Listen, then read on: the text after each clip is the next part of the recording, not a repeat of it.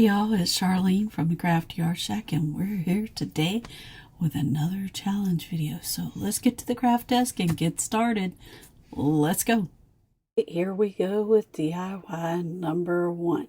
Now for this first DIY, I'm going to take this little glass jar that I got from the Dollar Tree. I'm going to take the lid off, and I've got some of this twine that I got from Walmart.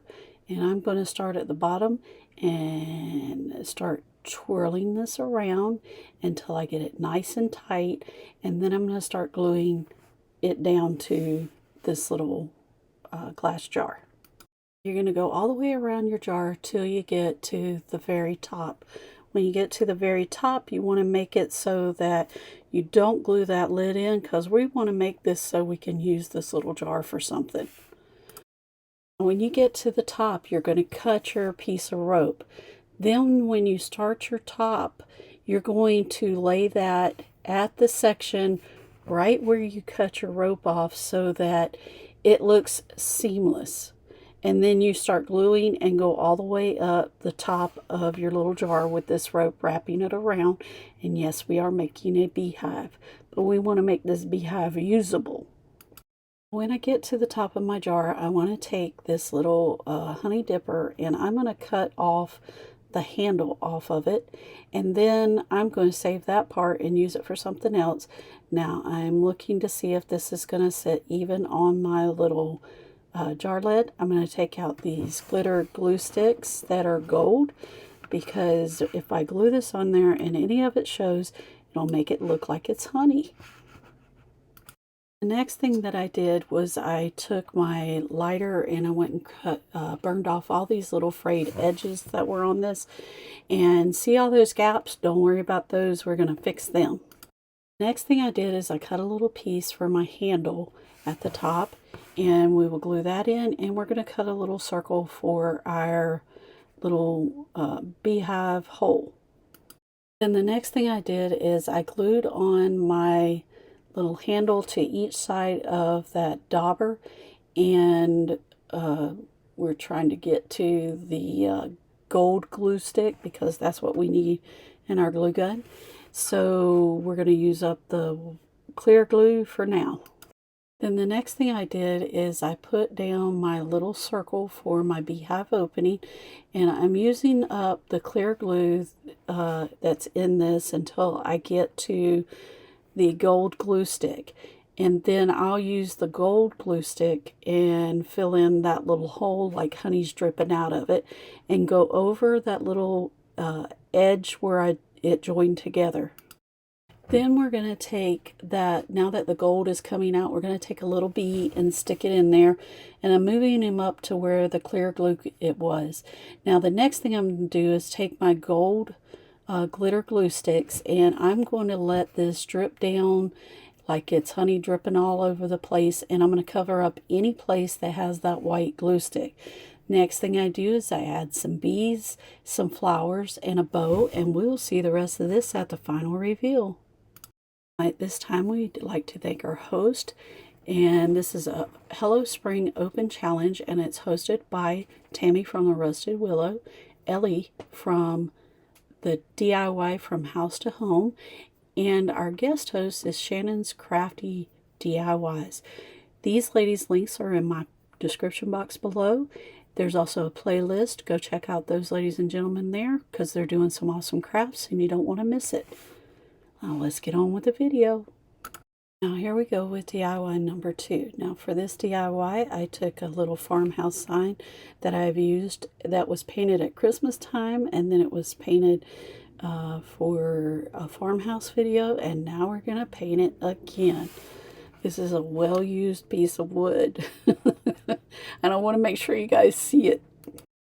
So I painted it with Rust-Oleum Linen White Chalk paint, and what I'm doing now is I have this little stencil, and I am tracing out the letters that I want to use for this. Now I'm tracing it because I had to do it a special way to get everything to fit that I wanted to be on there. Plus the stencil has breaks in the letters, so I'm going to just paint these letters on. Now you can use a Sharpie marker, you can use a paint marker, or whatever you want to choose to use. I use a paintbrush because that's what I'm comfortable with. You do whatever makes you feel comfortable, but what I'm going to do is I'm going to take my black chalk paint and I'm going to go with my paintbrush, paint all these letters in. And after I talk with y'all about how to paint this, you're going to make sure you want to have plenty of water. I'm going to finish painting the rest of the letters in, add the trim, and you will see the rest of that at the final reveal. So let's talk about this painting. So you're going to put your brush down very lightly. Then when you go to put your brush down like I'm doing here, you press and your bristles get wider. And when you get to the end, you lift up, if that makes sense. I hope this is helping y'all. So many people have asked me, how do you do this? And you also use your pinky when necessary to give yourself some stability. Now, you see those little places my brush skipped? That's because this piece of wood is not smooth. And so I'll just go back in there and fill those little spaces in. Now, see how you press real light when you're doing touch-up. But then when you get ready to fill in, you go light, press down, and see how your brush will skip. If you don't have enough paint on your brush, that's what's going to happen. So I'm filling in that little hole, and then I press down, and I'm using my pinky to stabilize my hand. So lightly, and then press down, and follow through the stroke, and lift at the end of that stroke. I hope that helps y'all out. Okay, we'll see the rest of this at the final reveal, because evidently I lost some footage somewhere. Sorry about that, you guys. Now, at this time, we'd like to thank our subscribers. We love you bunches, and we really appreciate everything you do. Here we go with DIY number 3. Now, for this DIY, you're going to need one of these wreath forms from the Dollar Tree. You're going to need 3 packs of this jute rope to go around this size wreath here. Now, I'm not sure what size wreath that is because I didn't look at it. But what I'm doing here is I'm going through and I'm cutting out this middle section here because I don't need that 4th piece in there. So this is the one I'm going to cut out, and I'm going to do it all the way around this piece. And I'm going to save those because I might use them for something else. Now, for this first one, the beginning of this, you're going to need 3 of these packets of rope. Now, what I'm going to do is I'm going to take it and zip tie it to one of those little cross sections there, and I'm going to tighten it down. And that's okay if it shows, because we're going to fix that when we get done with this wreath. So we're going to pull it tight, and then I'll add a little bit of glue there, and then we're ready to start wrapping. Now, that piece is on the bottom of that center section, that cross section. Now I go over the center ring and under the other one. Then I'm going to come back and pull it back around that center ring, and I'm going to make a little loop. Then I'm going to go back under the center ring. Does that make sense? I said center ring twice. Okay, so we're going to go back over that. Then when we get to this inner ring, then we're going to take and pull it over, go over one more time through there, and then it makes a little loop. This is so that, and push it over, then you're going to come back to the center ring and go under, and then back over, and you just keep repeating this process till you get all the way back around to the beginning.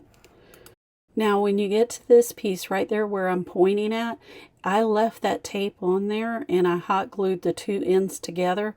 And the reason why I did that is because we're just going to put something over that and you won't even see it. So we'll keep wrapping this until we get around to the other side. And you'll need to do the same thing when you add your next piece of jute or nautical rope, whatever you want to call it. What kind of rope is that? Jute rope is what I call it. Then the next thing I did is I took this yellow checked ribbon. Now I was making sure that this is the length that I want it to be. And I am going to cut 36 pieces at 6 inches because I need 6 pieces for every section that there is. And then I'm going to just scrunch it up just like this, and because it's wired, I will fold it like this and it'll hold its shape.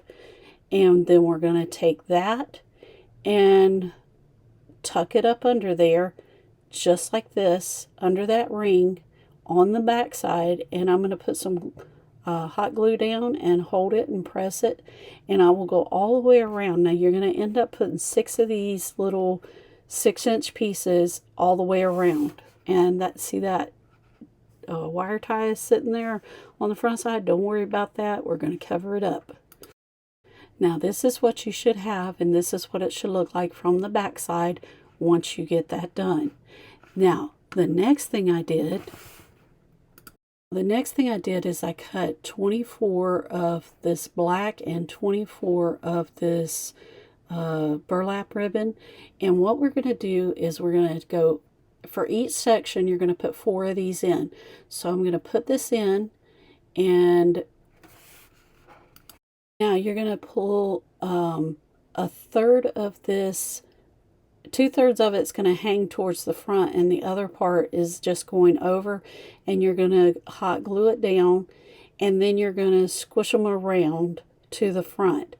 And see those 2 that are sitting there? You'll do 2 this way, you'll do 1 black, 1 burlap, and then you're going to go back and do another black. Now I messed up and glued mine too far up there and they didn't stick out, so I had to go back and fix that. When you get done with each section, you should have 4 burlap and 4 black, and you'll do this for all 6 sections of this wreath. And then I'll be back as soon as I finish this part. Now the next thing I did is got me one of these little bees out that I got from Hobby Lobby for $1.99, and it was on 40% off, so I don't think I paid that much for it. So the first thing I'm going to do is paint this with Rust-Oleum Linen White Chalk paint, because if you've been following me for a while, I like my colors to be bright, and they always end up brighter and use less of my colored paint if I paint everything with Rust-Oleum Linen White Chalk paint first. Now, after I get it painted, then I'm going to go and paint on the yellow stripes and the black stripes.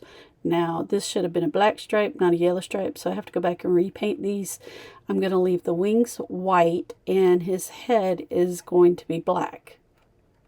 Now, after I get that all fixed, I paint like a little heart shape on his face with the Rust-Oleum Linen White Chalk paint. And then I'm going to go along my little wings, and I'm going to doodle all over this, and then I'll add his little, I painted his face white so I could go back and paint it yellow so that it would be bright.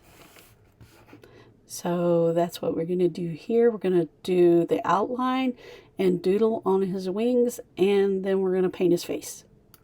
Now, after I get through with that, I painted his face yellow. Now that that's dry, I'm going to add him some little eyebrows in here, and I'm going to draw it in with a pencil first so that I know that everything is where I want it to be. The next thing I did is painted his little eyebrows, his eyes, his mouth, and his nose. I'm going to fill his eyes in with some white and his little mouth in with some white. I'll go give him some pink cheeks and paint his little eyeballs in. And then we'll have this ready to put on our wreath. And there goes my alarm again. Never fails when I'm trying to do a video.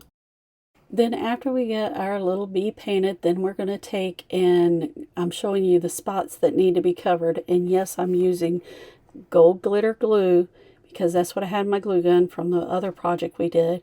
Plus, if it shows through, it's okay because it looks like honey. So it's a double win. And then I'm going to take and clamp this on there so to hold it in place. And then I'm going to stick some little flowers in. And we will see the rest of this dressed at the final reveal. And this turns out so cute, you guys.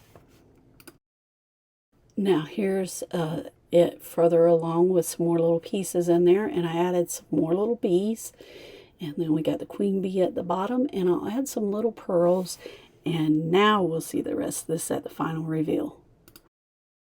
This time we'd like to thank our host, and this is a Hello Spring Open Challenge, and it's hosted by Tammy from the Rusted Willow, Ellie from the DIY From House to Home, and our guest host is ShannonscraftyDIYs. These ladies' links are in my description box below. There's also a playlist. Go check out those ladies and gentlemen there because they're doing some awesome crafts and you don't want to miss it. Now let's get on with the video. Now here we go with the final reveal.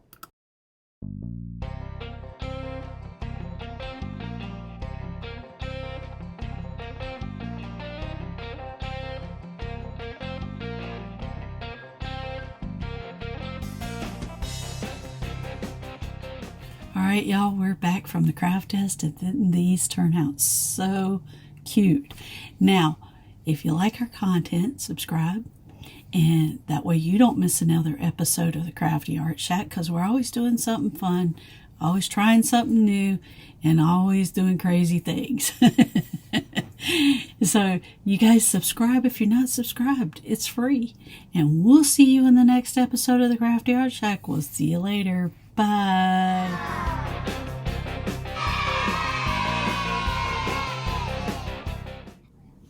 Yeah, I was going to do the beginning. I was supposed to be doing the end. Those little dupes. I think, yeah, something. I think something. I sure do.